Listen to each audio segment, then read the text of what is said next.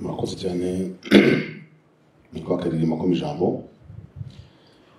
ngiye ko nababwiye nari maze imyaka 17 na Taiwacu mu gihugu cyambyaye kandi ntacyo nikeka ariko bitewe n'impamvu nyinshi umuntu aba araciyemo cyangwa n'ibyo umuntu yumvaga atigeze yibonera cyangwa se ngo ahinyuze iyo cyane bitewe nuko abantu benshi tubana mu Burayi ubona tubaho kubera ko turi ingwate z'abandi. Ibyo bintu rero ugasanga igihe kimwe na kimwe anaguteye ubwoba bwo guta mu gihugu cyakubyaye kandi nta kintu ku giti cyawe wumva wishisha. Hanyuma ngenda rezima gatoya byo mu Rwanda na impression nagiye mbona mu gato d'umurongo izuba riva cyangwa se ari mu gicucu uri imbere yawe wamuri ugasanga yambaye ipeti inyuma wamuri ugasanga yambaye ipeti rikomeye. Kera ntabwo byabagaho, kera bajya kwanga igipapuro muri leta umuntu hogarade akari kibona mbere yawe ikintu cy'umuvundo cyavuyeho ikintu sama for impression.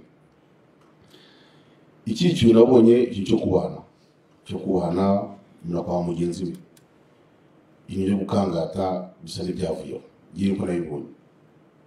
Kera bajya nk'ahantu rwose atishati ngiye uranze igihugu cyo ngicyo ibyo byose byabagaho ari bagari ririmo hano bafungwa babizize bazira ubusa. Ariko ubu ngubu urebye neza usanga kandi ko kubana gahari buri muntu akubaha mugenzi we ugasanga ikintu cyo kwesha agaciro kira cyane mu Rwanda. Iki kintu nabonye c'est la volonté ubushake bw'abayobozi bayobora igihugu ubu ngubu bwo gushaka guhuza Abanyarwanda bose. Abanyarwanda uko aho bava bakagera bubahane bakundane bazamura igihugu cyabo.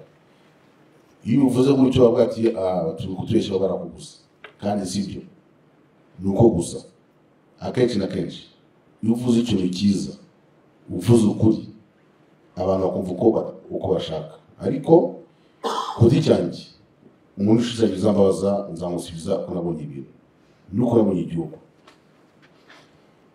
aravuga bati aha nta majyambere ahari. Ariko urebye n'ibintu by'umudugudu ni igitekerezo cyiza ugasanga Abanyarwanda bashaka gutura hamwe ngo amashanyarazi n'amazi abagereho. Ibyo bintu bonaga cyane batubatatanye bishobotse mu gihugu cyose bikagerwaho byari ibintu byiza cyane.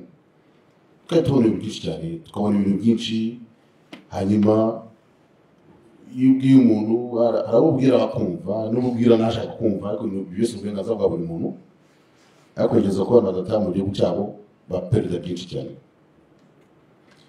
Nanjye maze imyaka 17 mu gihugu ashoboye kubona abo tuvukana mu ndimwe maze imyaka myinshi ndabona mbona umuryango wanjye nshobora kurekera kumva ya data nasize n'ubuzima ngeze mu gihugu leta by'Imana akongera y'ibara nashyingiye hano rero yubaha ngaha mu Birigi ntabwo ibintu bitari byo nugira ku kibuga bazataha kubaka ibyo nabivuga kandi si byo uko bimeze.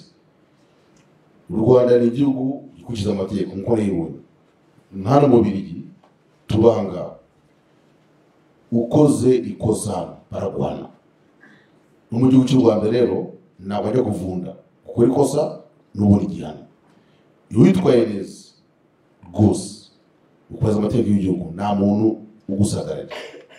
Njye nagiye ku Kibuye, nagiye Gisenyi, nagiye mu Ruhengeri, nagiye Kibungo, igihugu nakizengurutse cyane. Nahinduye urugendo rwanjye inshuro enye kuri impamvu nyinshi. Nashoboye no kugaruza ibintu byinshi bya data. Abantu bari hano benshi bamwe bajya bana ibintu byabo nibatubwiza ukuri batubwira bati byari tunabujana gute wowe kasanga ubanga uri ngwate y'abandi. Ibyo bintu tukaba kwisobanura abandi tukabwira ko u Rwanda ari urwa twese. Impression nyinshi cyane njye nateguye petit résumé ariko sigeze ndeba ko ndavuga ibyo nibuka. Alphonse Harakano nifuza ko twajya twongeraho iyo uvuze uti nagaruje ibintu byinshi bya data isoni yinde kuko uko muri hano ntabwo muri hano nk'abanyarwanda basanzwe tujye tuvugisha ukuri. Data yari afite ibintu, uwo muntu umushyireho izina kugira ngo ukuri kumvikane. Murakoze. N'icyo kiri bakoze cyane Kalima. Yewe undi mvuka kwa Nibitegera Alfred, yari kera substitut wa procureur abanavuka bank commerciale, akari umuntu wafunzwe gatandatu ku ngoma ya Habyarimana azira ko avukana na Kagenza Alphonse Marie ari mwene so akanyare n'ibyo byose. Ibi byose rero iyo ugeze mu gihugu ntabwo kugira ngo wuvukana ariko icyo cyagisobanuka cyumva yako yuri hanze hano mu biki ukagutisha n'ugendo kwa Nibitegera bazata gufata gufunga ati kuko isko doribi yari politisi wa kera kandi ntabwo ari byo.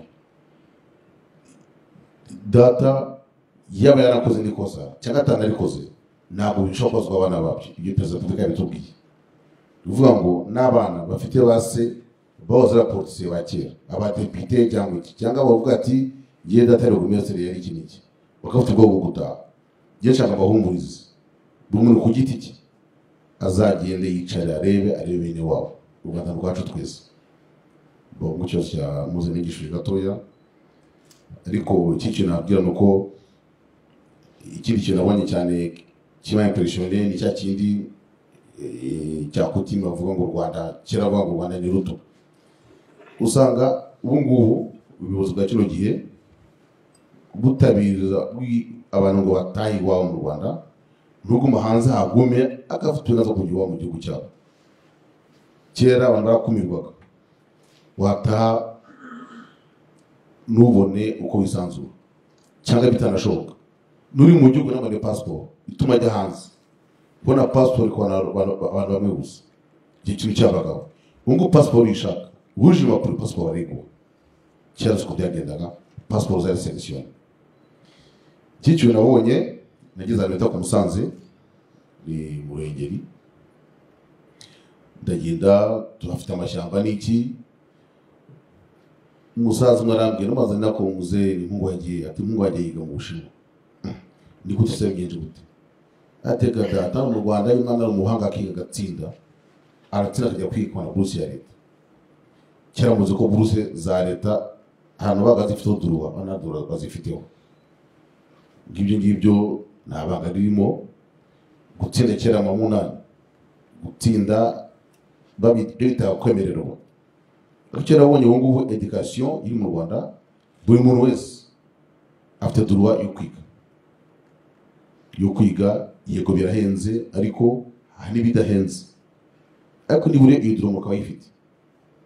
Iyo uvuze ikintu cyo rero ubwo ngenda ngira nko para imyaka namaze ukareba ugasanga igihugu cyarahindutse. Je namini aha wenda ikintu baza kumbaza ikibazo nagisubiza kandi je suis à votre disposition. Mwakoze cyane.